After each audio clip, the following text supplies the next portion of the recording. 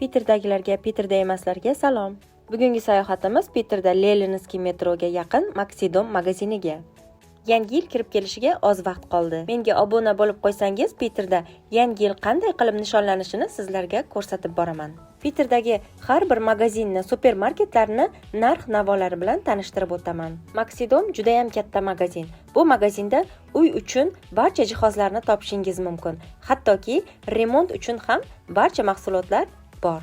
Ushbu magazindan bugun xarid qilganimiz ushbu archa bo'ldi.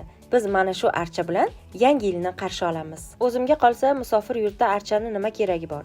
Lekin farzandlarim oldimda bo'lganligi sabab archa sotib oldim. Bu magazinda narx-navolar salgina qimmatroqqa o'xshadi menga. Lekin bir yaxshi tarafi, qidirgan narsangizni barchasini topa olasiz. Ochiq bozordan ko'ra qishga yopiq bozor bu. Magazin juda katta.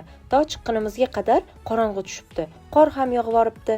Voy, mashinam qorda qolib ketibdi. Ajoyib xayolparastligim bor-da.